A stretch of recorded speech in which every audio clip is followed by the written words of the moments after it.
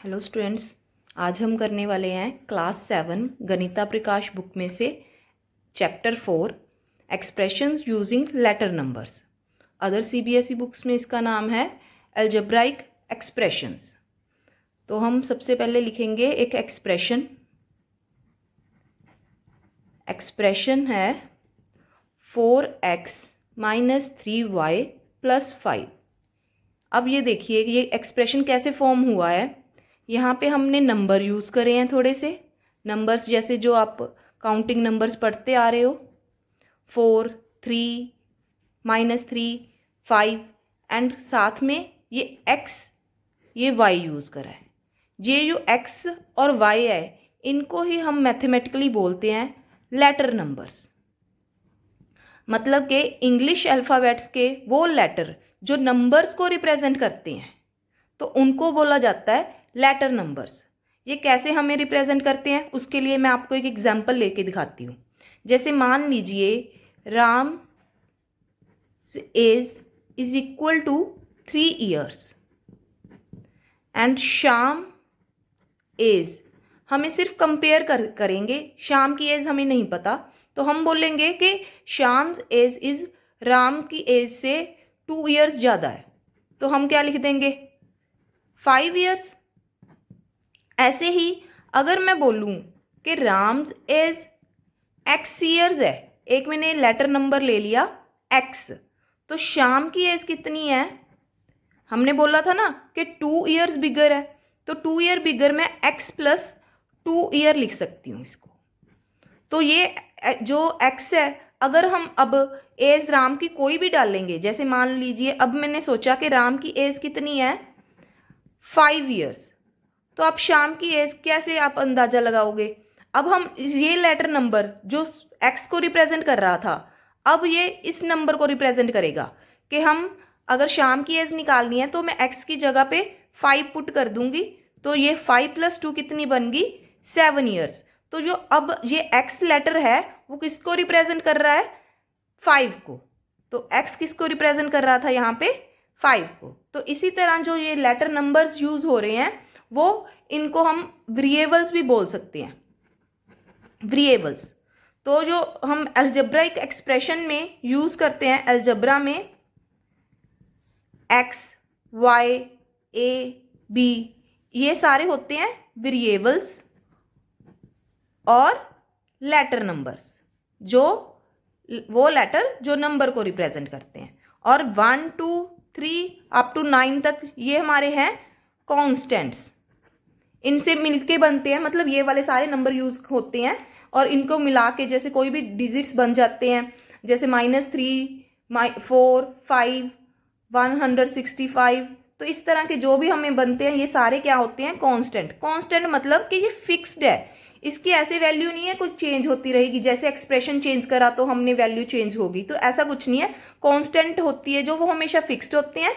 जो वेरिएबल होते हैं वो अकॉर्डिंग टू सिचुएशन उनकी जो वैल्यू है वो चेंज होती रहती है। यहाँ पे x की वैल्यू 5 पुट कर दी, अगर मैं बोलूँ कि राम की एज 7 years है तो श्याम की एज 7 + 2 9 years हो जाएगी। तो यहाँ पे जो वेरिएबल की वैल्यू है वो चेंज होती है। वेरिएबल को अगर आप अपनी नॉर्मल लाइफ में देखें तो वही चीज़ होती है जो चेंज होती रहती है। तो वेरिएबल्स और कॉन्स्टेंट और ऑपरेशन, मैथमेटिकली ऑपरेशंस कौन से, एडिशन, सब्ट्रैक्शन, मल्टीप्लिकेशन, डिवीजन, इन सबको यूज करते हुए हमारे जो बन जाते हैं वो अलजेब्राइक एक्सप्रेशन होते हैं। तो एक जो अलजेब्राइक एक्सप्रेशन की टर्म्स है, टर्म्स इसकी कैसे अलग होती हैं, जैसे 4x + 5y + 9, तो ये वाली टर्म्स है, एक term, second term, third term. पर अगर आप इसको ऐसे लिखोगे ना 4 × x + 5 × y + 9, तो ये देखो इसको ऐसे मत सोचना कि ये अब ज़्यादा टर्म्स होगी 1, 2, 3, 4, 5, ऐसा कुछ नहीं है। ये जो मल्टीप्लिकेशन है वो सिर्फ एक ही टर्म काउंट होएगी। एडिशन या सब्ट्रैक्शन सिंबल होते हैं वो टर्म्स को सेपरेट करते हैं, तो ये वाली सिर्फ एक ही टर्म काउंट होएगी, ये 4x, ये 5y और 9। इधर अगर माइनस है वो जरूर आपको रिप्रेजेंट कर सकता है अलग टर्म को, क्योंकि माइनस को हम ऐसे लिख सकते हैं ना 4x प्लस, इसको मैं ब्रैकेट में लिख लेती हूँ, तो प्लस भी बना दिया ना मैंने, तो ये वाली भी दो ही टर्म होगी, फर्स्ट टर्म और ये सेकेंड टर्म।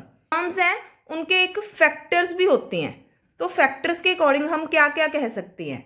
जो 4x है जैसे, तो इसको अगर आपको बिल्कुल तोड़ के लिखना है तो हम क्या लिख सकते हैं, जैसे खोल के, जो कांस्टेंट है वो अलग, जो x है उसको अलग, तो ये इसके फैक्टर्स हो गए। जैसे +3 है, अगर कोई कांस्टेंट है तो उसको एज इट लिख सकते हैं। -y है, तो इसको देखो, इसके आगे अगर आपको लगता है ना कि कुछ भी नहीं है, तो ऐसा नहीं है, ये अगर माइनस लगा हुआ है तो ये -1 को रिप्रेजेंट करता है और y अलग से। ऐसे ही अगर आपको कहीं पे x मिल जाए ना, तो इट मीन्स ये नहीं है कि उसका कोफिशिएंट नहीं है, तो उसका कोफिशिएंट क्या होएगा, 1 x। अभी ये मैंने वर्ड यूज करा ना कोफिशिएंट, उसका भी मैं आपको मतलब बताती हूँ। कोफिशिएंट, कोफिशिएंट जो होते हैं वो न्यूमेरिकल भी हो सकते हैं,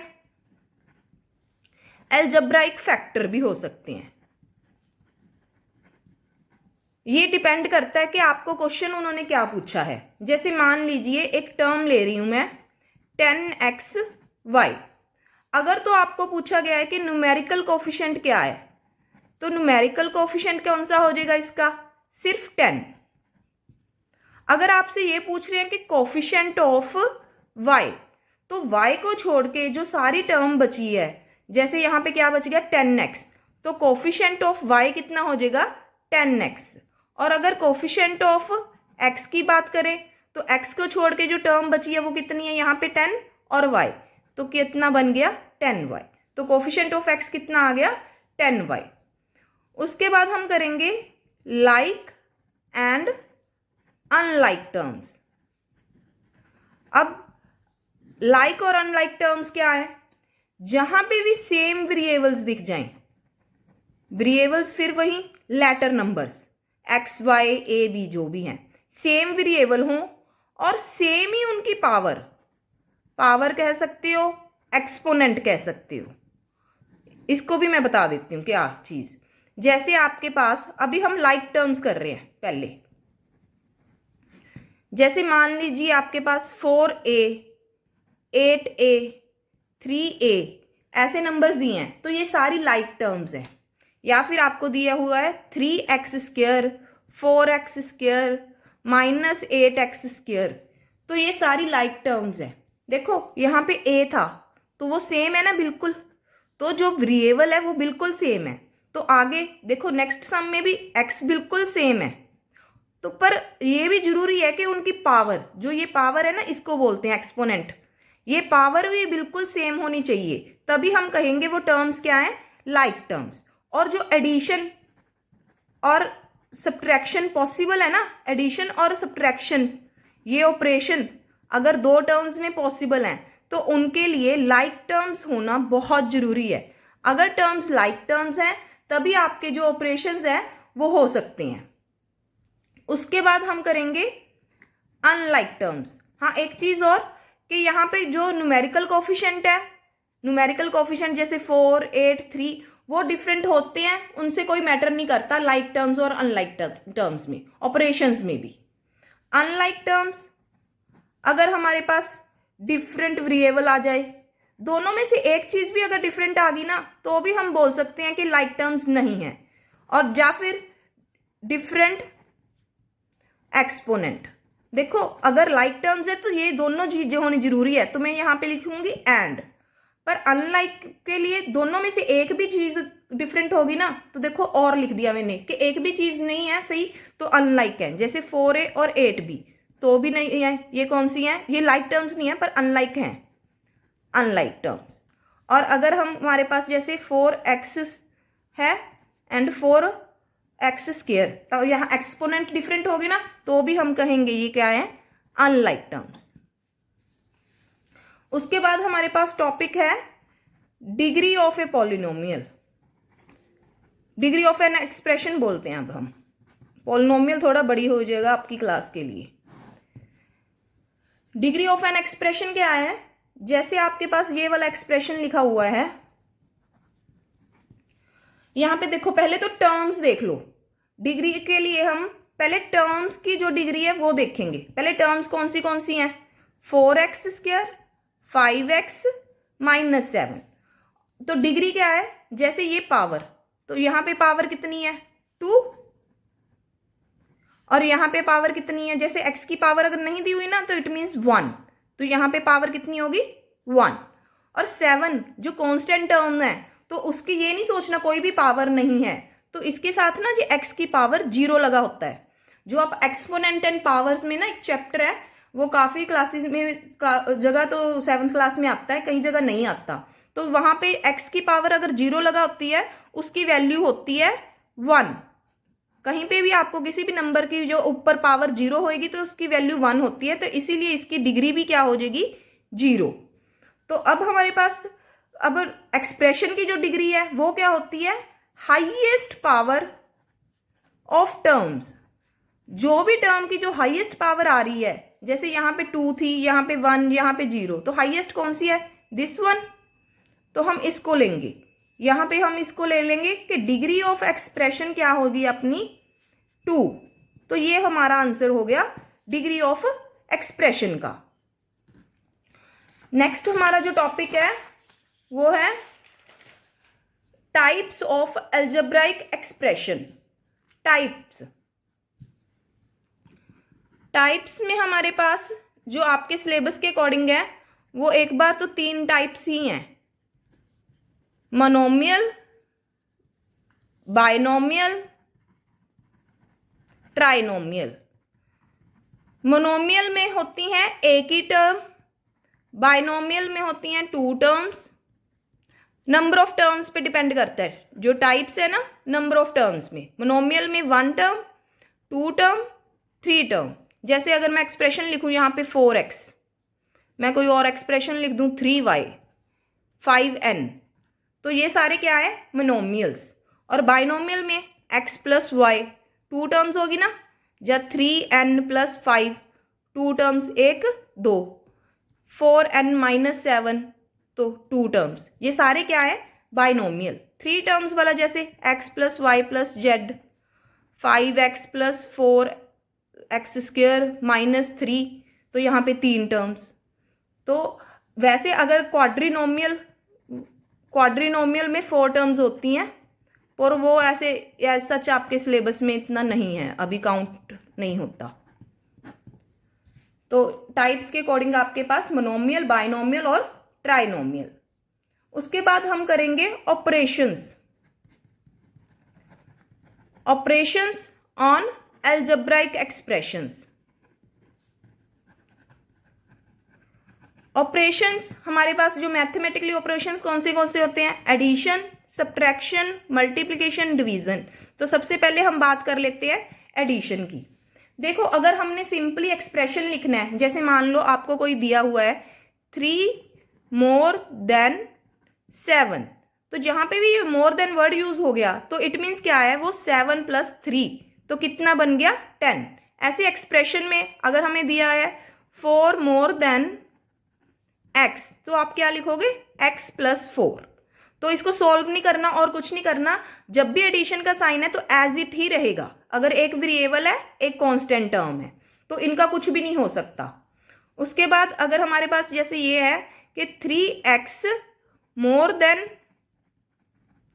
5x, अब ये देखो 5x प्लस 3x ये दोनों लाइक टर्म्स होगी ना, वेरिएबल भी सेम है और इसकी पावर भी सेम है, तो इसको आप क्या लिख सकते हो 8x।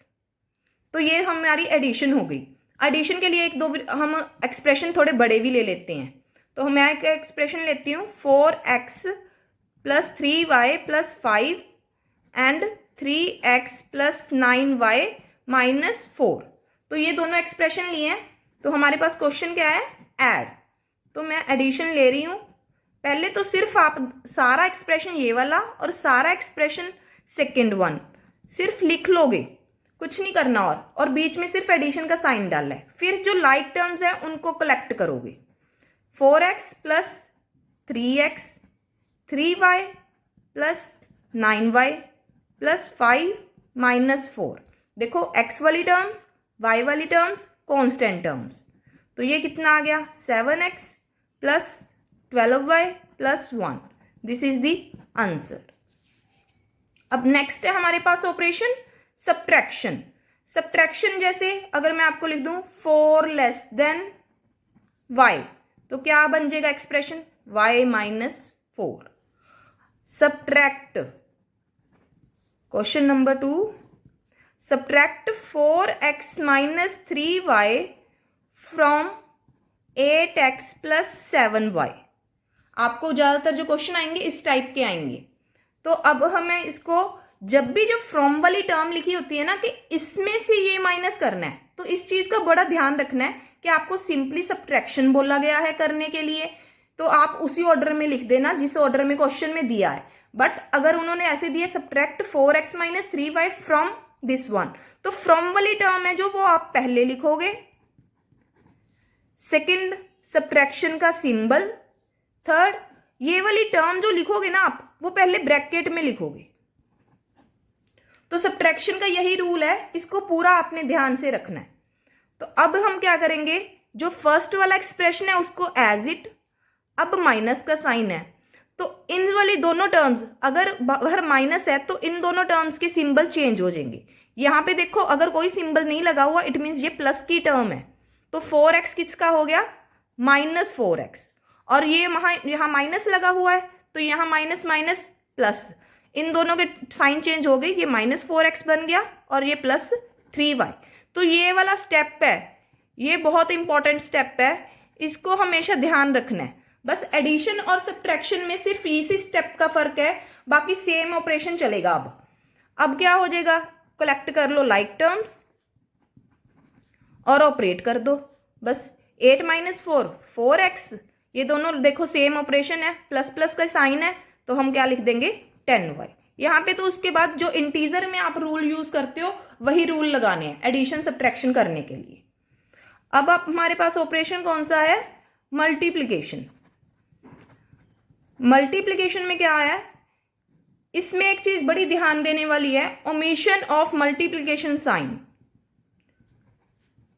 जो मल्टीप्लिकेशन साइन है ना वो यहाँ पे दिखता नहीं है, इसकी बस यही प्रॉब्लम है जहाँ पे ज़्यादा गलतियाँ बच्चों की होती है. जैसे मान लीजिए 3 टाइम्स y, तो इसका मतलब तो क्या हो गया 3 मल्टीप्लिकेशन y, पर इसको लिखा क्या जाएगा 3y. तो ये आपको अंडरस्टूड होना चाहिए अब कि 3y का मतलब 3 मल्टीप्लिकेशन y ही है. तो अगर हम इसको मल्टीप्लाई करते हैं तो और चीज़ें भी हैं, जैसे स्क्वायर ऑफ y, तो इट मीन्स क्या है y मल्टीप्लाई y है, y को 2 बार मल्टीप्लाई करा गया है. तो इस चीज को भी आपने लर्न करना है कि स्क्वायर ऑफ y का मतलब क्या है y मल्टीप्लाई y, तो इसको क्या लिखते हैं y स्क्वायर. ऐसी एक टर्म और है क्यूब ऑफ x, तो आप कोई भी वेरिएबल ले सकते हो, उसका जो क्यूब है उसका मतलब क्या है कि उस टर्म को 3 बार मल्टीप्लाई करा गया है, x मल्टीप्लाई x, और इसको लिखा क्या जाएगा x की पावर 3. तो ये चीजें भी जो 1 मार्क के क्वेश्चंस हैं वहां पे बहुत पूछी जाती हैं. जैसे आपको सीधे ही एक्सप्रेशन लिखने के लिए बोल सकते हैं कि स्क्वायर ऑफ y, तो y स्क्वायर इस ढंग से लिखना है, क्यूब ऑफ x, तो x क्यूब इस ढंग से लिखना है. तो ये एक्सप्रेशंस को बताने की चीजें हैं. फोर्थ हमारा ऑपरेशन क्या है, डिवीजन. जो डिवीजन है वो क्या है कि जैसे हमें लिखा गया 7 इज डिवाइडेड बाय x, तो आप ऑपरेशन क्या लगाओगे x डिवाइडेड बाय 7, तो ऐसे आप फ्रैक्शन में लिख सकते हो, और you can write it as x divided by 7. पर नॉर्मली जो हम यूज करेंगे क्वेश्चन को सॉल्व करना होता है तो इस ढंग से ही यूज होता है. नेक्स्ट हमारा टॉपिक है वैल्यू ऑफ एन एक्सप्रेशन. हमारे पास कोई एक्सप्रेशन गिवन है, मान लीजिए x माइनस 3, तो उन्होंने बोला है कि इस एक्सप्रेशन की वैल्यू फाइंड आउट करो if x is equal to 3. मतलब क्या है, जो लेटर नंबर है ना हमारे पास उसको एक स्पेसिफिक नंबर दे दिया कि इसके ऊपर ही बताओ कि इसकी वैल्यू क्या है, तो इसको मैंने x की जगह पे ही पुट कर देना है. 3 माइनस 3, x की जगह 3 पुट कर आंसर कितना आ गया 0. तो ये तो बड़ा आसान था, एक आधा 2-3 और ले लेते हैं हम. अब हम लेते हैं जैसे expression 3x plus 4y minus 5, तो यहाँ पे देखो 2 लेटर नंबर हो गए, तो 2 की वैल्यू गिवन होगी अगर जब भी वैल्यू पुट करनी है। x2 ले लिया, y मैंने ले लिया -2। तो अब मैं देखो 3x का मतलब क्या है, चाहे आप इसको एक बार पहले लिख सकते हैं 3x, 3 into X, 4 into Y, -5 into मतलब मल्टीप्लीकेशन ही। तो 3 मल्टीप्लीकेशन 2 प्लस 4 मल्टीप्लीकेशन, जहां पे भी सब्ट्रैक्शन वाला नंबर है ना तो उसको थोड़ा सा ब्रैकेट में लिख लीजिए करें। अब 3 2 अब देखो पहले आपको सॉल्व कैसे करना है, मल्टीप्लीकेशन करनी है। हमारे बोर्ड मास के रूल है वो ध्यान से रख सकते हो आप। बोर्ड मास में देखो पहले क्या आती है, मल्टीप्लीकेशन, फिर एडिशन, फिर सब्ट्रैक्शन। तो मल्टीप्लीकेशन करेंगे, ये कितना आ गया, 3 2 6, 4 2 देखो माइनस के तो -8 -5। तो अब हमारे पास 6 -8 -2 -5, दोनों सिंबल क्या है, माइनस के लगे हुए हैं, तो इसका ना क्या आएगा, -7 आंसर। नेक्स्ट हमारा जो है mind the mistake, mend the mistake. इसको एक बार थोड़ा सा जो इंपॉर्टेंट चीजें बची हैं वो ध्यान से सुनना। जब भी वैल्यू पुट करते हैं तो वही है ये जो एडिशन मल्टीप्लिकेशन का सिंबल ना होने की वजह से गलती होती है, वही वाली मैं मिस्टेक आपको बताती हूँ। मान लीजिए d की वैल्यू क्या है 6 और 3d की वैल्यू, मोस्टली बच्चे क्या करते हैं d की जगह पे क्या पुट कर देते हैं 6, तो क्या लिख देते हैं 3 6, पर this is the wrong answer. 3d का मतलब मैंने आपको समझाया था 3 मल्टीप्लाई d, तो यहाँ पे क्या आएगा 3 इंटू 6 वैल्यू पुट करी तो 6 3 18 इज द राइट आंसर। तो ऐसे ही एक दो क्वेश्चन और है जो आपकी जो गणित प्रकाश में है कि 5u इज इक्वल, चेक करना है हमें भी इक्वल है किसके 5 प्लस u के। तो हम इसको अगर चेक करना है ना तो कोई आप वैल्यू पुट करके चेक कर सकते हो। जैसे मान लीजिए u इज इक्वल टू 1, तो 5 इंटू यू, 5 इंटू 1 कितना आ गया 5, 5 प्लस 1 ये कितना हो गया 6, तो this is the right answer. तो ये दोनों इक्वल नहीं आए ना, तो अगर ये दोनों वैल्यू इक्वल नहीं है तो 5u not equal to 5 plus u, तो ये दोनों भी आपस में इक्वल नहीं है। और एक जो चीज़ है जो हमारे पास बहुत इंपॉर्टेंट है वो है perimeter of figures using arithmetic expressions. Arithmetic expression को यूज करते करते हुए जो पेरीमीटर हम फिगर्स के निकालते हैं, जैसे मान लीजिए एक फिगर को मैं पूरा एक्सप्लेन कर देती हूँ। एक स्क्वायर है, तो स्क्वायर की सारी साइड्स क्या हैं, जैसे ली L, तो अगर हमें पेरीमीटर निकालना है तो हमें पेरीमीटर का वैसे फार्मूला क्या होता है, sum of all sides of boundary. ये चीज बड़ी ध्यान से करने वाली है कि बाउंड्री की बीच में भी कई बार कोई लाइन वगैरह लगी होती है तो पेरीमीटर उससे कोई लेना देना नहीं होता। पेरीमीटर का मतलब सिर्फ जो बाउंड्री की सम ऑफ ऑल साइड्स है उनको ही कंसीडर करना है। तो ये क्या बन गया 4 plus L plus L plus L plus L, तो ये 4 टाइम्स है ना, तो इसको हम कहेंगे 4 times L 4L।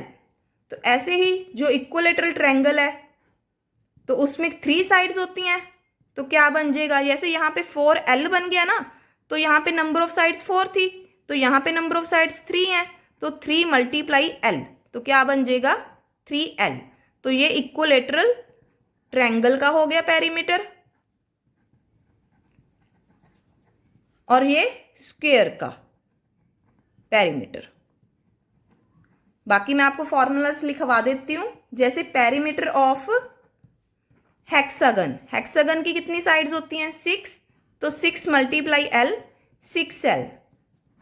Perimeter of pentagon, pentagon की कितनी साइड्स होती हैं, हाँ ये रेगुलर वर्ड जरूर यूज करना, रेगुलर, क्योंकि अगर 3 साइड्स होती हैं तो स्पेसिफिक नाम रखे हुए हैं कि इक्विलेटरल ट्रायंगल। जैसे 4 साइडेड पॉलीगन है जिसकी सारी साइड्स इक्वल होती हैं तो उसका भी स्पेसिफिक नेम है स्क्वायर। तो इनके लिए कोई स्पेसिफिक नेम नहीं है, तो इनके साथ एक वर्ड यूज कर लेते हैं रेगुलर। रेगुलर ही कंसीडर करता है कि इसकी सारी साइड्स हैं जो इक्वल हैं, तभी हम सारी साइड्स की लेंथ L मान के उसको 6 से मल्टीप्लाई कर रहे हैं। ऐसे ही पेंटागन की सारी साइड्स इक्वल मान के उसको 5L लिख रहे हैं। तो इसके साथ ही हमारा ये वाला टॉपिक है जो कंप्लीट होता है। जो इसके इम्पॉर्टेंट क्वेश्चंस हैं, जो पैटर्न के क्वेश्चंस हैं, या फिर इसके जो आपके जैसे कोस्ट कटिंग के, वुडन प्लैंक के इम्पॉर्टेंट क्वेश्चंस हैं, वो सारे मैंने नेक्स्ट वीडियो पे मैं करवाऊंगी। तो आप बने रहना। आप मेरा चैनल सब्सक्राइब कर सकते हैं, तो उसके साथ आपको जो न्यू अपडेट्स आती हैं वो सारे उसके बारे में पता चलता रहेगा। और ये वाले सारे नोट्स मैं बहुत क्लीनली अपनी पोस्ट में भी डालती हूँ, तो वो भी वहाँ पे आप व्यू कर सकते हो। Thank you students.